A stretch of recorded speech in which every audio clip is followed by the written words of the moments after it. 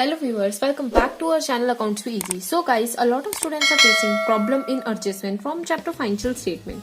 So in this video, we will cover all the adjustment in one shot. So without wasting any time, let's get started. So first one is closing stock. Closing stock वो होता है जो stock जो goods हमारे year ending तक हमारे पास रह जाते हैं. सो हमारी फर्स्ट एडजस्टमेंट है क्लोजिंग स्टॉक. तो ये हमारी जो भी हमारी एडजस्टमेंट्स होती हैं वो टू साइड इफेक्ट करती हैं. फर्स्ट ये हमारा इफेक्ट करेगा ट्रेडिंग अकाउंट के क्रेडिट साइड. ट्रेडिंग अकाउंट के क्रेडिट साइड में जाएगा हमारा क्लोजिंग स्टॉक और इसका सेकंड इफेक्ट होगा एसेट साइड में. एसेट्स हमारा होता है बैलेंस शीट के अंदर, बैलेंस शीट के asset side. So closing financial statement are of the three types. First one is trading account, second one is profit and loss account, third one is balance sheet. So closing stock affects in trading account credit side because we are treating the closing capital, closing stock as income. Second one is outstanding expense. Outstanding expense is which are due but not paid.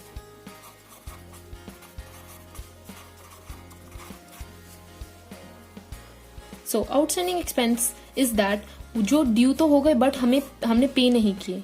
Like कोई employ को हमें salary पे तो करनी है but अभी हमने उसे पे नहीं की है. सो जो आउटस्टैंडिंग एक्सपेंस होता है इसका इफेक्ट भी सारी एडजस्टमेंट्स का इफेक्ट टू साइड जाता है. तो आउटस्टैंडिंग एक्सपेंस का भी इफेक्ट टू साइड जाएगा. फर्स्ट ऑफ ऑल ये हमारी ऐड हो जाती है इन द रिस्पेक्टिव एक्सपेंस. ये हमारे रिस्पेक्टिव एक्सपेंस के अंदर ऐड हो जाती है. और सेकंड इसका इफेक्ट होता है ये हमारी लायबिलिटी साइड में चला जाता है बिकॉज इसे ऐड हो जाती है एक्सपेंस से. बिकॉज हमें ये फर्स्ट ये हमारी ऐड हो जाती है एक्सपेंस के अंदर और सेकंड इफेक्ट होता है कि हम इसे लायबिलिटी की तरह ट्रीट करते हैं जिस बिकॉज हमें वो पे करनी है. अभी पे नहीं की बट हमें पे करनी है इसलिए हम इसको लायबिलिटी मानते हैं. सो मूव टुवर्ड्स ये adjustment number 3. Then third one is prepaid expense. Prepaid expense are those expense which we are paid in advance.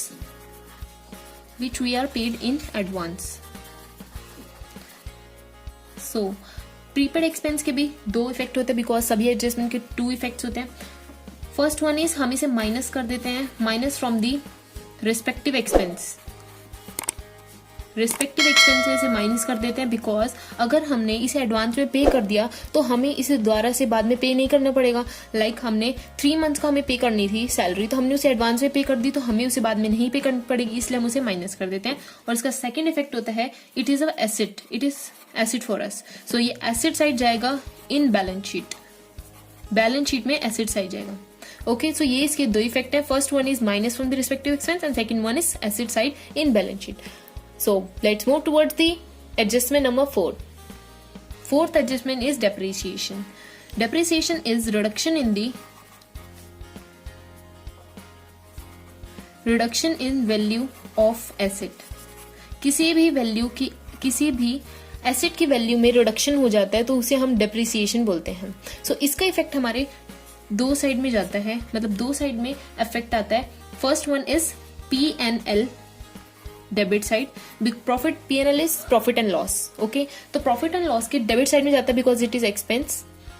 And second one is we will subtract it from the relative asset. Like अगर हमें depreciation given है motor vehicle पे asset depreciation given है तो हम motor vehicle के अंदर से उसे सब्ट्रैक्ट कर देंगे. So let's move towards the adjustment number 5. Fifth is accrued income. Accrued income is earned but not received, which we earned but we didn't receive yet. Like the salary, we are working in the office, but the salary which we didn't have received. So the effect of accrued income is we will add in income. Like अगर हमें for example हमें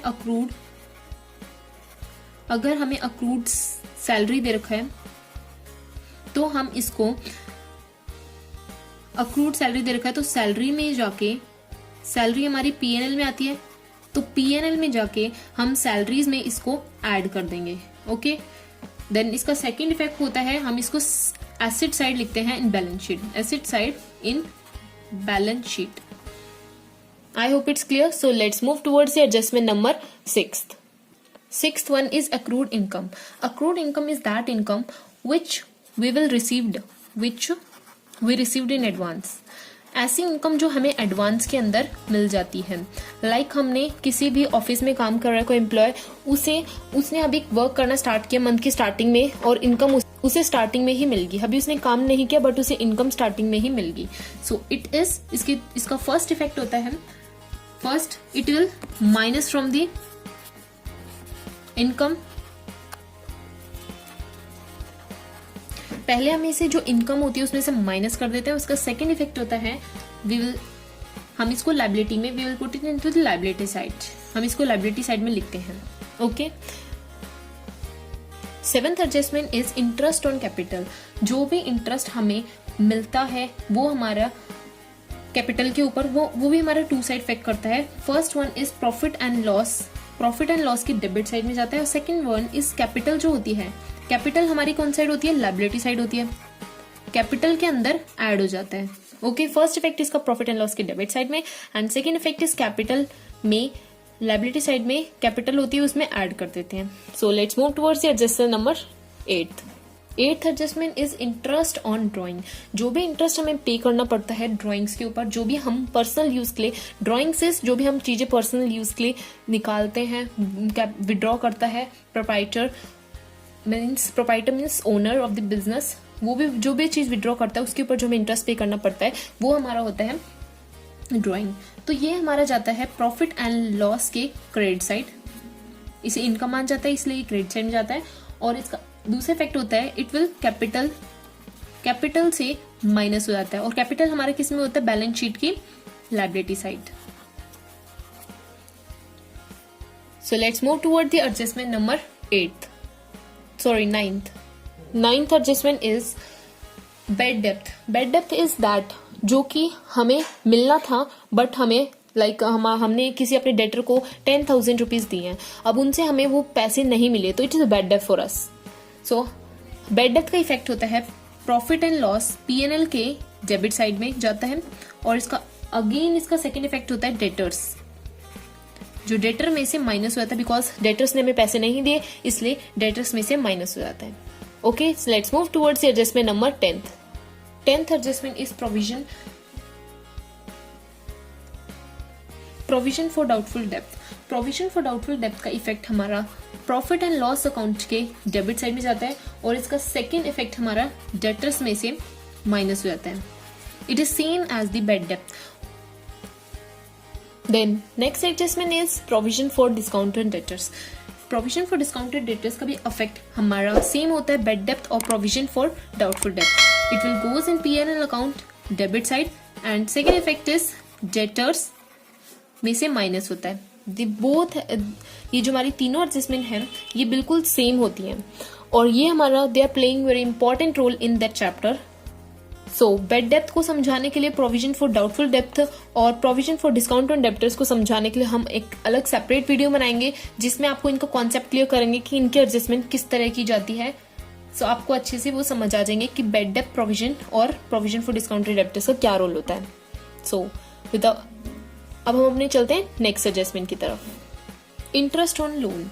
interest on loan is जो भी interest हमें पे करना पड़ता है लोन के ऊपर. अगर हमें कोई लोन लिया है, अगर हमें उसके ऊपर अब इंटरेस्ट पे करना है तो जो भी इंटरेस्ट हम पे करते हैं वो हमारा होता है इंटरेस्ट. सो इंटरेस्ट का इफेक्ट होता है ये तो हमारा P&L अकाउंट के डेबिट साइड जाता है because it is expense. And second effect is liability में. लायबिलिटी जो है उसमें हमारा ऐड हो जाता है और ऐड कहाँ पे होता है? ये हमारा बैंक लोन के नाम से हम लायबिलिटी में लिख के रखते हैं, उसके अंदर बैंक लोन के अंदर जाके ऐड हो जाता है. Okay. It's clear. So let's move towards the adjustment number 13. Next adjustment is abnormal loss of stock. Like हमें नुकसान हो गया. स्टॉक इज गुड, हमें गुड्स का नुकसान हो गया बाय फायर थिफ्ट्स. मतलब या तो फायर लग गई हमारे गुड्स के अंदर या फिर हमारा सामान चोरी हो गया. सो हम उसका इफेक्ट क्या होता है? उसका इफेक्ट हमारा टू साइड होता है. परचेज में से माइनस होता है. अब परचेज कहाँ पे आता है? परचेज हमारा आता है ट्रेडिंग अकाउंट के अंदर. ट्रेडिंग अकाउंट के डेबिट साइड में आपको परचेज मिलेगा उसमें से आपको माइनस करना है लॉस बाय फायर गिवन होगा क्वेश्चन के अंदर, लॉस बाय थेफ्ट गिवन होगा, आपको माइनस करना है। इसका सेकंड इफेक्ट होता है इट विल ये हमारे के लिए एक्सपेंस है, खर्चा है, इसलिए हम इसको P&L अकाउंट के डेबिट साइड में लिखेंगे। आई होप आपको ये एडजस्टमेंट भी क्लियर होगी। So let's move towards the adjustment number 14, charity. Charity होता है अगर 14 एडजस्टमेंट हमारी चैरिटी मीन्स अगर हम कोई गुड्स को सेल कर देते हैं फ्री ऑफ कॉस्ट पे हम कोई गुड्स को सेल कर देते हैं तो वो हमारा होता है चैरिटी। तो चैरिटी का भी इफेक्ट भी टू साइड आता है। First it will subtracted from the purchase में से हम उसको लेस करते हैं, परचेज हमारे ट्रेडिंग अकाउंट के अंदर आता है। और सेकेंड इफेक्ट होता है इसका प्रॉफिट एंड लॉस के डेबिट साइड जाता है बिकॉज ये हमारा एक्सपेंस है। So let's move towards adjustment number 15 adjustment है हमारी एडवर्टाइजमेंट। और एडवर्टाइजमेंट दिया हो आपको क्वेश्चन के अंदर या फिर फ्री सैंपल गिवन हो, ये हमारा होता है अगर हम एडवर्टाइजमेंट की फ्री सैंपल पे अगर किसी को कोई प्रोडक्ट जैसे कि शॉप्स वाले फ्री सैंपल्स के लिए यूज करने के लिए दे देते हैं तो वो, या फिर कोई एडवर्टाइज करने के लिए हमें, तो उसमें क्या होता है सेम इफेक्ट होता है। परचेज में से तो हम इसको लेस कर देते हैं और second effect profit and loss के डेबिट साइड में जाता है। आई होप 15 तक एडजस्टमेंट आपको समझ आ गई होंगी।